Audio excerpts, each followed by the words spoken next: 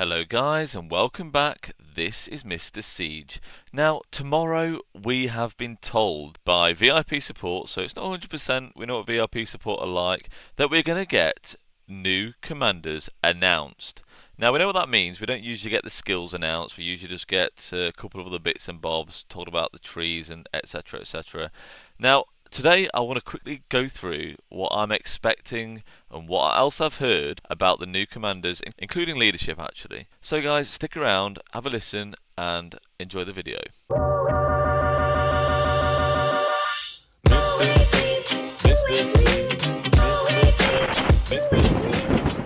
So yes, I've been told by VIP support, well not me exactly, someone else got told, that we are expecting engineering and leadership commanders, but we know that VIP support aren't 100%. Obviously, in recent weeks, Lilith have attempted to nerf Siege.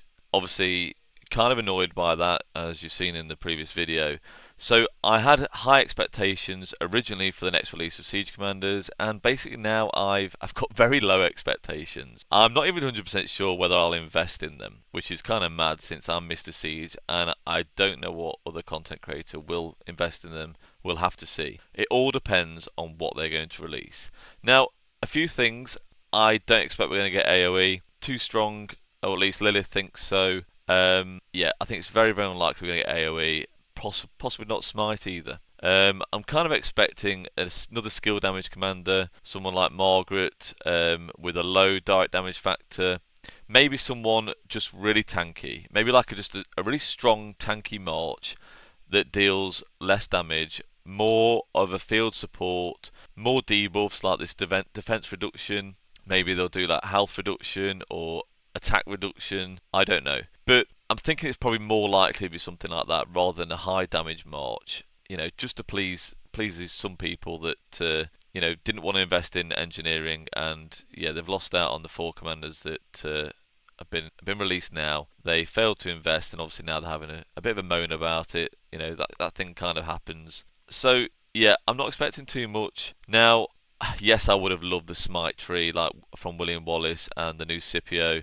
But again, very unlikely it's going to happen. With that rage reduction, it would just be mad giving that to ranged marches. It would be great for me, great for the other Siege players, but highly, highly unlikely. So, it was kind of a bit of a pipe dream. Now, what would I expect to get then? And I'd like another support commander. I'm expecting skill damage. I don't think we'll get Smite again, like I said. So yeah, maybe a support or even a skill tree. A skill tree would be quite nice. But again, that might cause more damage to the enemies, so who knows? Who knows? Another thing I've noticed recently is, well, in fact, it was Phil that let me know this. He noticed it recently and passed on the information to the Siege group, the Discord Siege group, which I will put in the description. So if you haven't join that now. You'll get some up-to-date news or people that have spoken VIP support and other stuff giving us information, which is dead handy really. So on Babur, obviously here it says ranged normal damage. Click on it and you get a description below. Now I don't know if this has been added recently, but I believe so. Now they've added ranged combo attack damage. Now ranged combo attack damage isn't actually a thing, so it could be that they're going to introduce it to Siege, but again, I don't think so, because ranged combo attack would be broken, and most people don't want Siege to be broken. Most people dislike it, they don't know how to fight against Siege, and that's the main reason they're struggling with it. They just don't know what to do. They don't build towers like I do and destroy other towers, and that's a problem for their kingdoms, because then it doesn't support their melee troops. Obviously, I can help my melee troops by destroying other kingdoms' towers like I have in the recent KVK. Yes, it annoys those players, but obviously my main focus is helping my kingdom and not giving other players KP, my enemies. I don't want to give my enemies free KP. I don't want them to trade well. It hurts me, but it's going to hurt them too. Now, in other news, it has been said that we're going to get a buffing field commander. Now, I don't believe that will be the Siege commander, the engineering commander. I presume that would be the field leadership commander that I'm kind of expecting. Now that would be fantastic to have a like a Trajan 2.0, or even like a bit like a Shajar but leadership style, where they're going to heal troops on the field instead of buffing them in other ways. But yeah, Trajan 2.0 is way overdue. We do need it in the game. And if you've seen in my last video, obviously, I did say that we could potentially use leadership and certain other commanders as secondary to engineering commanders. A bit like Shajar. Like Shajar and Honda could be really, really strong as secondaries to engineering marches. So looking at Shajar now, this heal could be amazing. Stick in a ranged troop and heal the other ranged marches around her, plus providing 10% defense to those would be amazing, obviously. So this new leadership commander, being a field buffing commander, could also play a huge part in engineering. We could use that as a secondary commander if I've got enough heads.